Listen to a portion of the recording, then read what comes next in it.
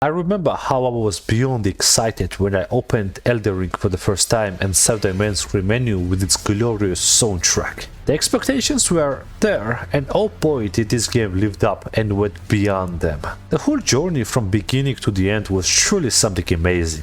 So much so that by the time I killed Elden Beast and saw the end screen text pop up, I felt sentimental enough to wipe off some many tears, not gonna lie. But if you are a fan of those types of games, you know you didn't really finish the game until you beat it a couple more times. So I replayed Elden Ring again, and by the time I finished the game third time, I felt this irritating feeling that something was different. Don't get me wrong, this game's replayability is miles better than most of the games we got recently, but with FromSoftware you have certain expectations. It took me some time to realize that replaying this game just wasn't as fun as it was with previous games.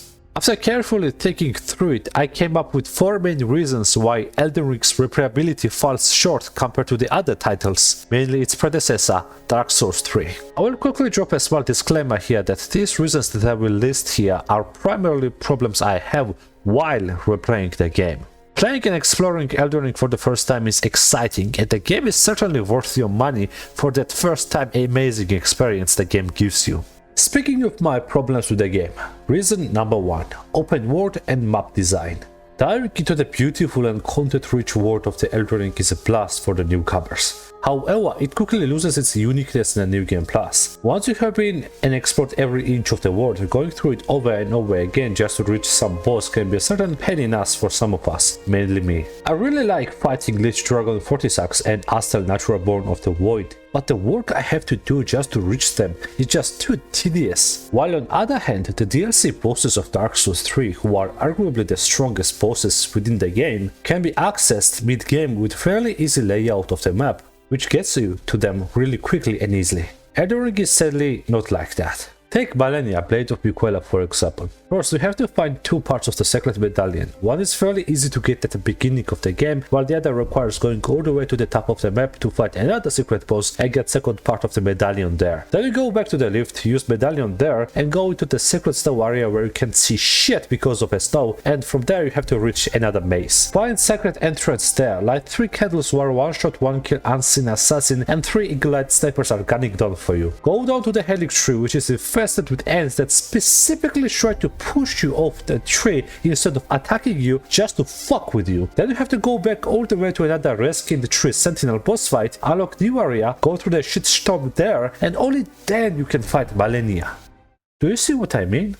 While fun for the first time, going through it over and over again in New Game Plus is tiresome and exhausting.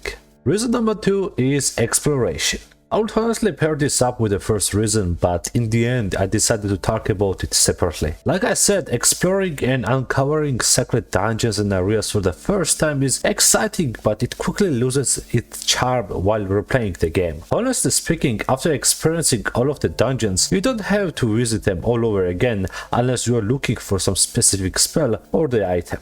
And the fact that most of the bosses at the end of the dungeons are the reskinned versions of some of the mobs we already encountered and have almost inconsequential number of ruins once you defeat them just kills the motivation and the mood to try and explore them all over again. It just honestly feels like a distraction from the main road to the boss fights. Reason number 3, multiplayer. While not exactly what defines New Game Plus experience, we all know multiplayer is another fun part of Sourceborne games that keeps it alive and active even years after the original release date, as was the case with Dark Souls 1, 2 and 3. I will be honest and say that I wasn't really big fan of Elden Ring multiplayer. Sure, duels can be great if opponent does not spam some infuriating spells and Ashes of War such as Rivers of Blood or Stars of Ruin, but my main problem is invasions in this game. As you guys know, in Dark Souls games you could invade somebody's game and try pretty much ruin their progression, or just act as an onlooker and watch from the distance as the host is getting bodied by the mobs. It was and still is pretty much popular mechanic that a lot of players loved and enjoyed about the games, including me. Now invading is a bit different in Elden Ring.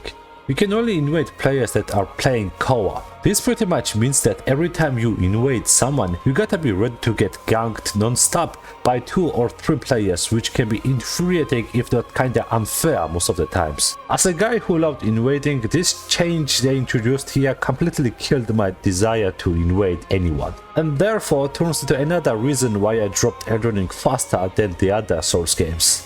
And finally, reason number 4, the boss fights. What makes Soulsborne games great is unarguably well-made introduction and design of the bosses. Take Dark Souls 3 for example. In my opinion, Dark Souls 3 has best balanced and fair bosses out there. You start off with Yundex Skandir, which is a great boss to introduce to newcomers and teach them how the game works and what they should expect until they slowly progress through the game and reach horde worlds such as Dark Eater Midir and Slave Knight Guile.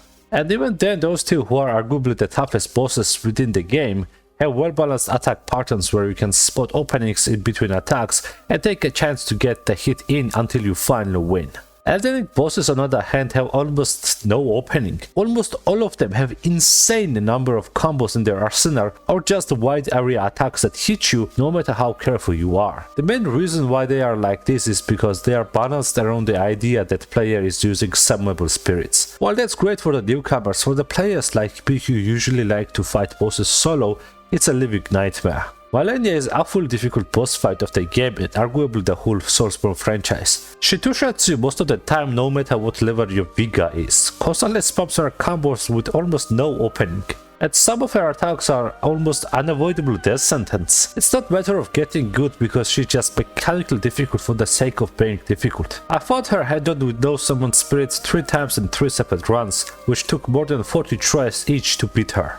It was just a miserable experience. Slave Knight Guile is toughest and most difficult boss in Dark Souls 3. Yet as punishable as his hits are, he has pattern you can learn and take advantage of, which in turn creates exciting and thrilling boss fight experience that I enjoy every time I fight him. It is fun fighting Guile because of how well balanced and designed he is, while Malenia is just artificially difficult and not fun at all. At least for me. And if you don't want to fight bosses, what is the point of New Game Plus to begin with? Whatever the case is, that's just how I feel about replayability of Elden Ring. I dropped playing Elden Ring faster than Dark Souls 3, and these are the main reasons as to why. Let me know what you guys think in the comment section down below. I really am curious about your personal opinions on this subject, and I will see you guys on the next video. See ya!